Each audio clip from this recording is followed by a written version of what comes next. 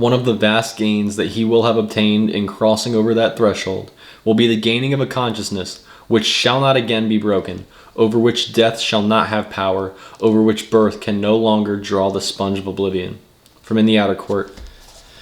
Good morning, good evening, good afternoon. I hope you're doing amazing. I hope your journey along the path is fulfilling, makes you happy, and I hope you're helping other people along the way as well. Today is January 11th, 2021, and this meditation brings up the question of consciousness and what happens to our consciousness. Consciousness is a really difficult idea to grasp.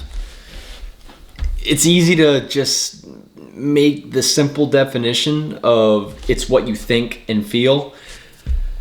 Consciousness may be much more than that. That's a simple definition, but I think it's much more. There is a force in the universe, not like Star Wars force, that's funny, but it's very similar to the idea of the force in Star Wars. There is a force in all of matter, in all of the universe. And I believe that all matter has a certain level of consciousness in it, because all matter is some sort of force, some sort of vibration of some sort.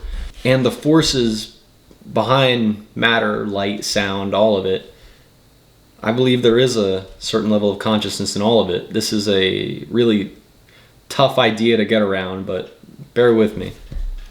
As we were talking about in one of the early videos, I'm going to keep going back to this initiation. There are levels before level 1, which is level 0. Level 0 is being aware that you are conscious, and I would say all of the matter that is not human has a lower level of that, because and I believe that all matter that is not inside of humans, of course, and I do believe that all matter has this certain level of consciousness that may be below level 0, like level 0.5 or 0.25, something like that. The interesting thing about consciousness is we don't know how humans got it in the first place. Many scientists and philosophers believe that it came from another planet, from alien life or something like that. Like another being came down from another planet onto Earth, mated with primates, and that's what made us conscious. But that doesn't answer the question of what consciousness is and where it comes from. Just because it comes from another planet doesn't mean it just came from another planet. It had to come out of matter in some way. Nothing can evolve out of matter which is not therein already contained.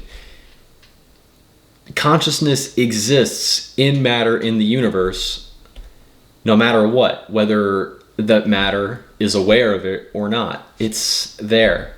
See, we still have a subconscious mind, so to say, so that's still consciousness that's not unlocked, I guess you could say. I always go back to the idea of Brahman in Hinduism, because Brahman is, yeah, that's it, Brahman is. And the interesting thing is, I read this in the book, The Life Divine, life exists in Brahman in order to discover Brahman in itself. That kind of gives us a goal of consciousness. The goal might be to connect back with Brahman. But the quote continues, "Therefore, a man's importance in the world is that he gives to it that development of consciousness, in which its transfiguration by a perfect self-discovery becomes possible." As in looking inside yourself, seeing the voice that says, I am, I will, I think, figuring out what exactly is the I, so to say, inside of your head. And that is part of the universal fundamental existence itself, becoming self-aware, I guess. But still the quote continues. "To fulfill God in life is man's goal. He starts from the animal vitality and his activities, but a divine existence is his objective." So the goal of consciousness is to connect with consciousness in itself. And once you are far enough down the path and far enough up the levels of initiation, you surpass death and rebirth. You surpass all of it, which is what the meditation today says. Consciousness which shall not again be broken, over which death shall not have power, over which birth can no longer draw the sponge of oblivion. Death is obviously inevitable of the body. It is still debatable, well, not debatable, we have no way of knowing if the spirit dies along with your body. Maybe it does, maybe it doesn't. But say for a second that it does. We could reach a level of consciousness in our human mortal life that could surpass death. Our spirit could live on, provided we become enlightened, saved. You finished the path, you reached certain levels of initiation. In all these ancient teachings, there seems to be ways to eternal life, to surpass death. It's so fun to learn about, so fun to read about. But back to consciousness itself, what is it? I really am drawn to the idea of entropy, states of disorder, chaos.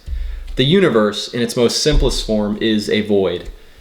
Its second most simple form is simple atoms like hydrogen, light, just energy in general. And as all this stuff compounds, it becomes more and more complex until eventually, boom, we're self-aware. The matter knows that it exists. And in the Life Divine, it also says, the individual is a center of the whole universal consciousness. All of our consciousness stems from the same matter, the same infinitesimal point from which the Big Bang emanated. We all come from the same exact point, and we are all energy condensed into matter, which then chemically induces this sort of hallucination we call reality. I'm having an existential crisis here, but I hope that you understand what I'm getting at here. That once you get far enough along the path of enlightenment, far enough along your journey, you become saved, you realize the divinity and the God within, you connect with the God within. Your consciousness, your spirit, your essence, your soul, yourself can surpass death. And that's what I'll leave it at. That's where we've gone to. Let me read it one more time, and I'll let you go. One of the vast gains that he will have obtained in crossing over that threshold will be the gaining of a consciousness which shall not again be broken, over which death shall not have power, over which birth can no longer draw the sponge of oblivion. From In the Outer Court. Thank you.